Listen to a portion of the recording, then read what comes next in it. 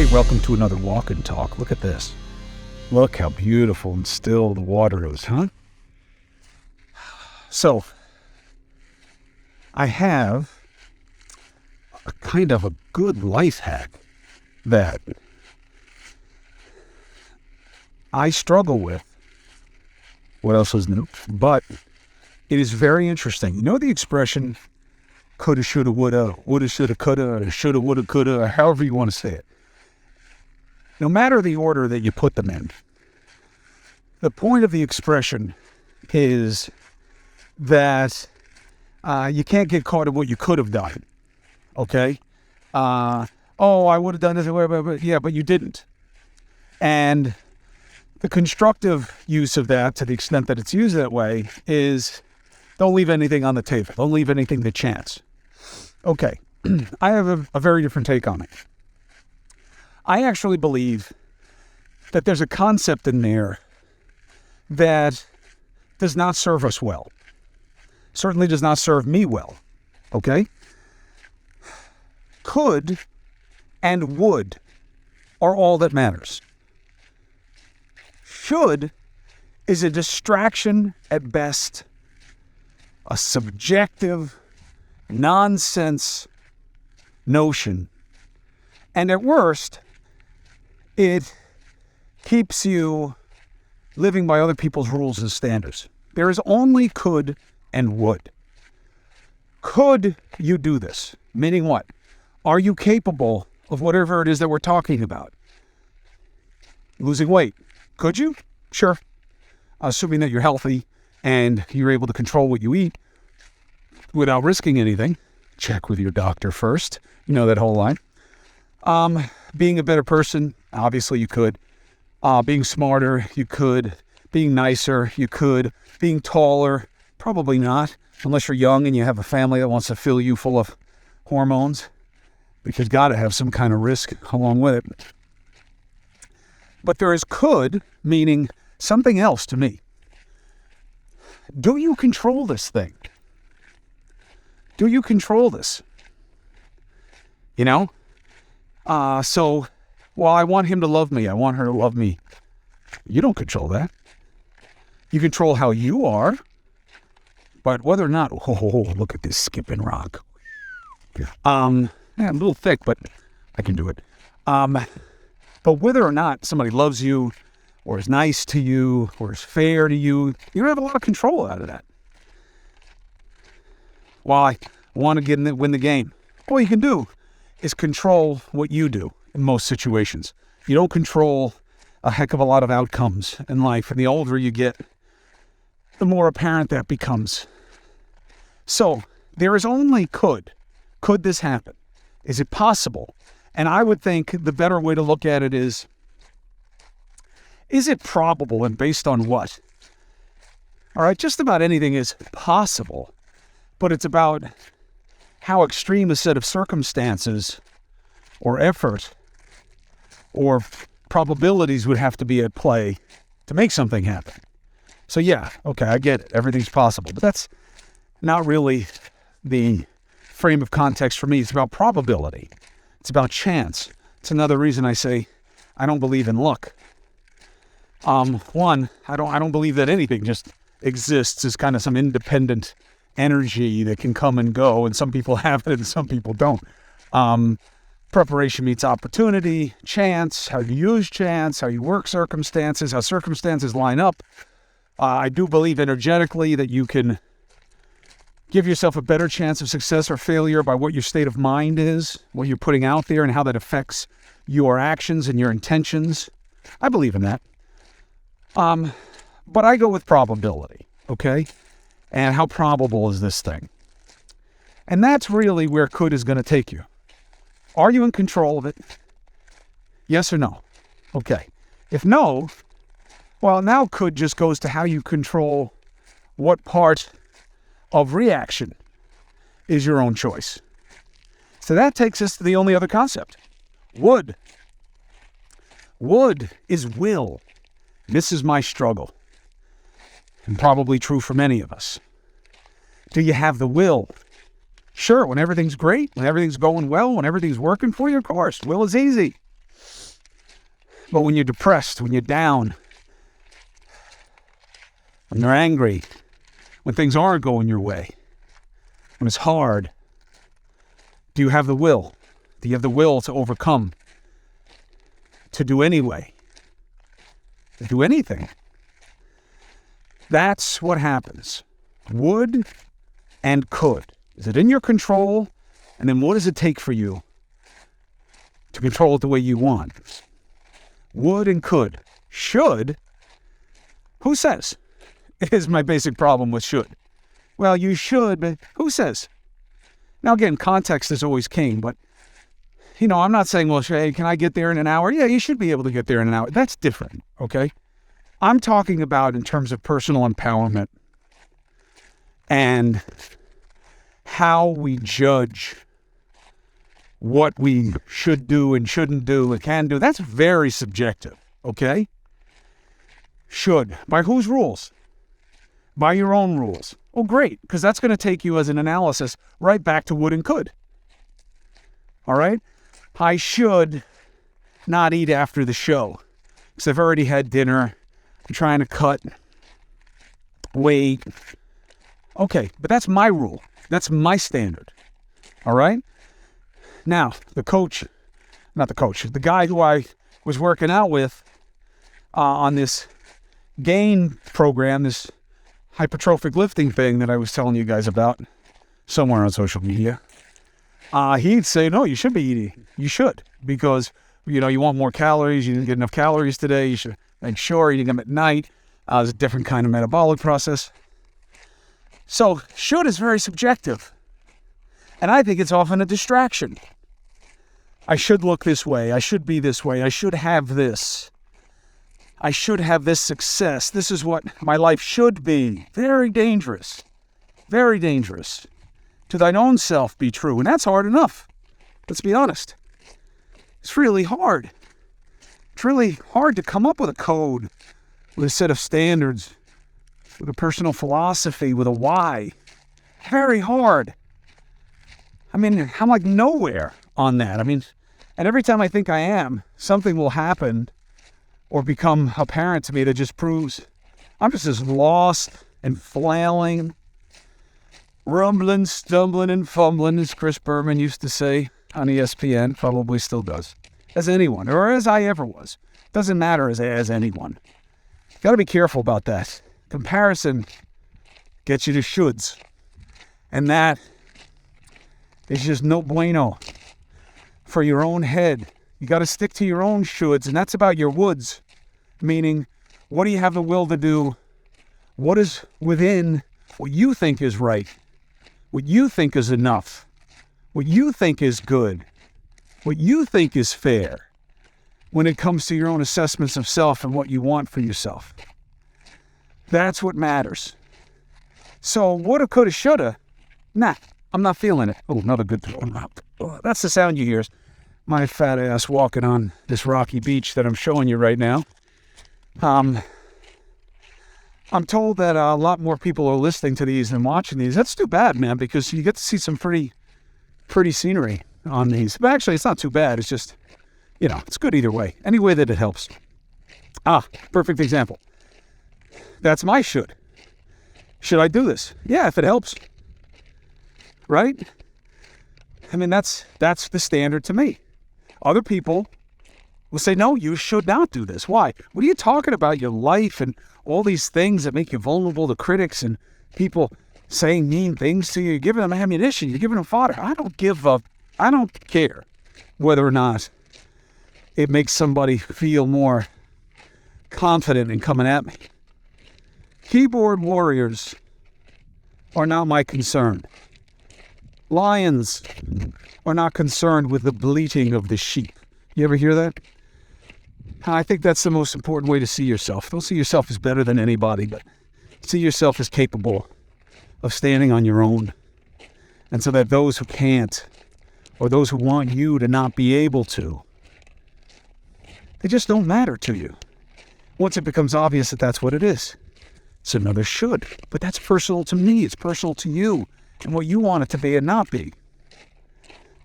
Could and would. Woulda, shoulda, coulda. is about what you left on the table. What could have been done that wasn't. And not to live with regrets, right? At the end of the day, it's a regression. Woulda, shoulda, coulda. But those are very different things. Could is capability. And the easiest of the assessments. Do you control it or not? Is this within your power? Is it within your power exclusively? Could. Would, to me, the hardest. So hard. Do you have the will? Now look, I looked this up. Grammatically, I'm using this in the context of how that idiomatic expression is used. Not in just a straight grammarian way. From a grammar perspective, would is a volitional response to preference, which makes it a little bit different than should, and that should is more of a right and wrongy vibe, and in terms of usage rules of grammar. And then could is obviously about capability. But would you do this? That's about will. So that's why I'm using it that way, because that's what matters in terms of this effort to get to a better place, to understand yourself better, to get more out of yourself. You know, I was having lunch with this buddy of mine. He was like 1,000,000 years old. And that's my dog that you hear back there. It doesn't matter what I do with the electric fence, the collar, the zapper.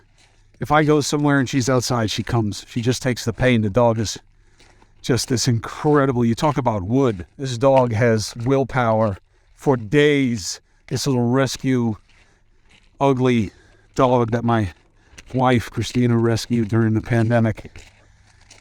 Half Chihuahua, half Dachshund. I can tell you, gotta love her spunk, man. No quit in her. None. She stands up for herself for anybody. She's got a lot of wood. A lot of wood. Anyway, I'm having lunch with my guy. And he says to me, he's like upset. And he's reading this book about religion in the medieval age or something. And I was like, what's the curiosity about that? And he says, well, I'm trying to figure out why. I mean, why does, good things happen to bad people and bad things happen to good people and famine and this and that. And we got into this really deep discussion, which is pretty much the only kind of discussion this guy has, about how it's not really, we know why these things happen. That's humanity. It's always been that way. What does Billy Joel say, It's always been burning since the world's been turning. We didn't start the fire. I should have used that on my boy today. He would have gotten a kick out of it. But the point is, he was talking about, as this older man, right? He's really in that twilight phase of trying to get to the big things that he wants to make sure he's sure about with the time that he has here, which I hope is a lot. And that is there one answer, a really great take on that. And I promise this leads to what I'm talking about in general here, is what is the meaning of life? That question can only be answered by the person asking it, because life has no meaning except that which you give to it. Whatever you say your life is about, that's what the meaning of your life is. And the idea that there's some overarching truth, it's about what you can control and what you want to control and how. What you can do, what you want to do, and how you do it. What you want to be, what you can be, what you want to be, and how you choose to do that. Capability, determination, and choice.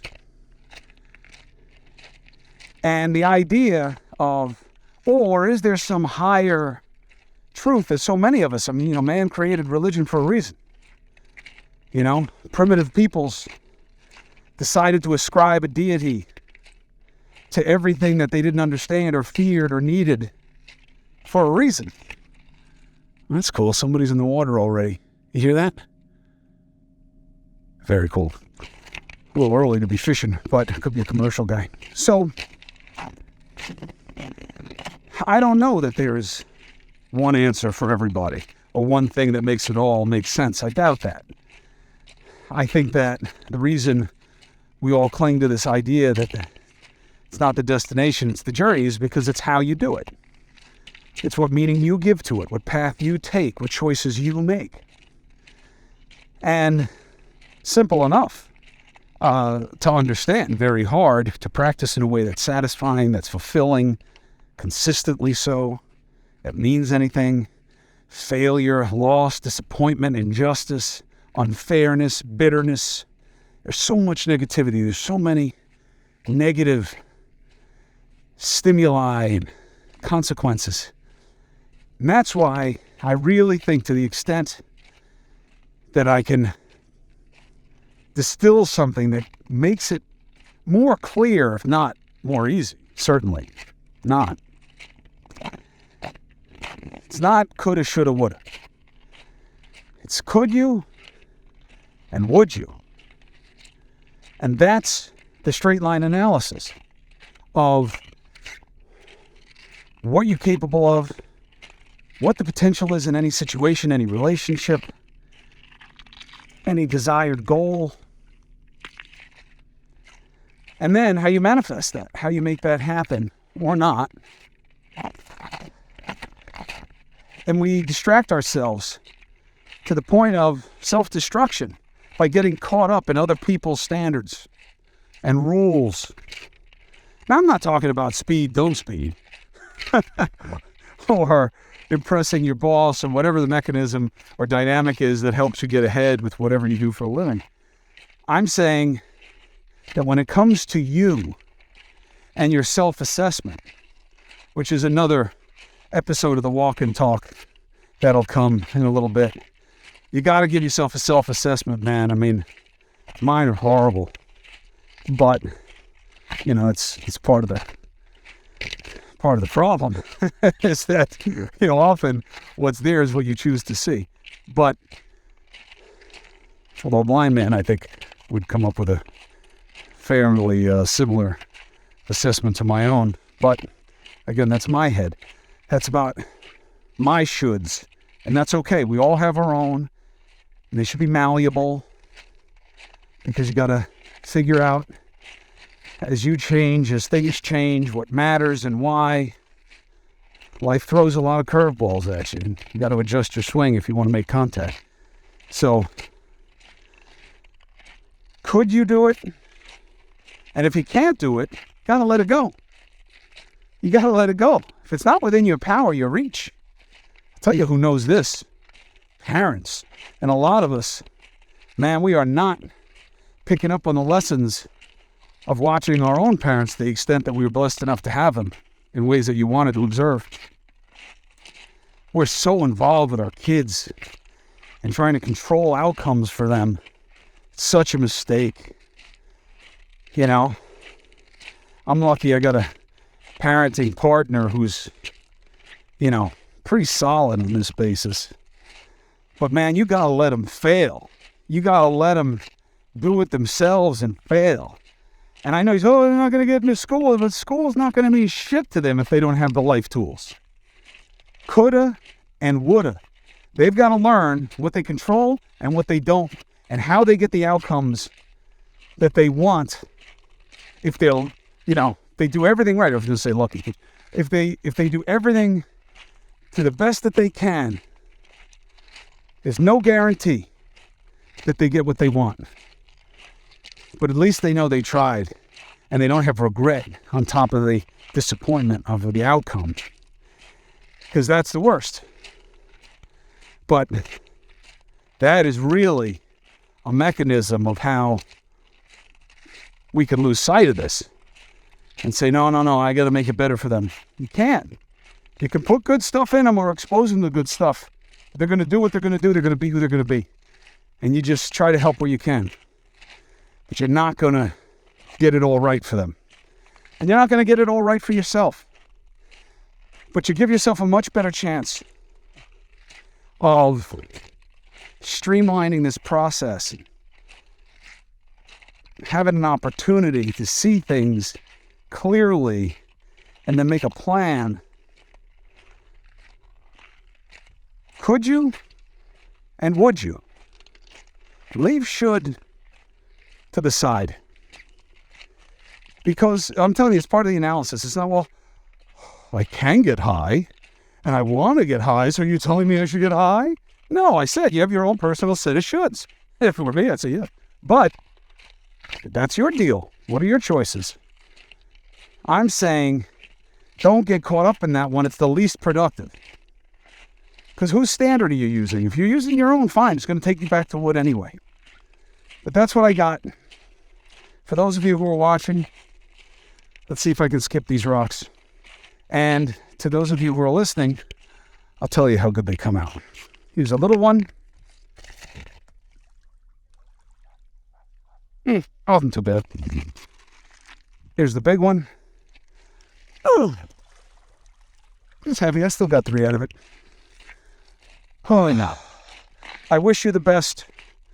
Thank you for subscribing, following, for giving News Nation a chance, for giving me a chance, for giving me an opportunity to help.